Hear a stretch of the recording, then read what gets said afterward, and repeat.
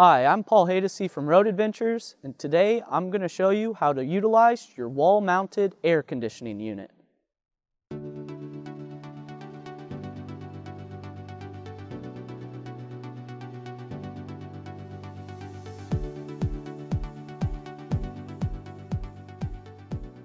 To utilize your wall-mounted air conditioning unit, you have to make sure you are hooked up to a 30 amp power source.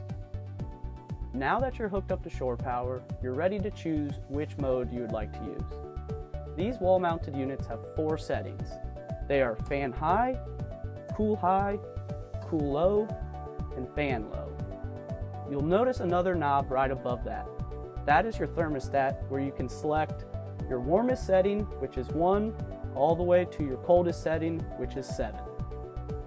While selected on either fan setting, your AC unit will not produce any cool air, but it will serve as a fan.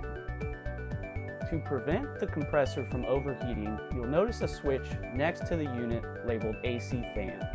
Turn that on, and a 12-volt fan will turn on and start cooling the compressor.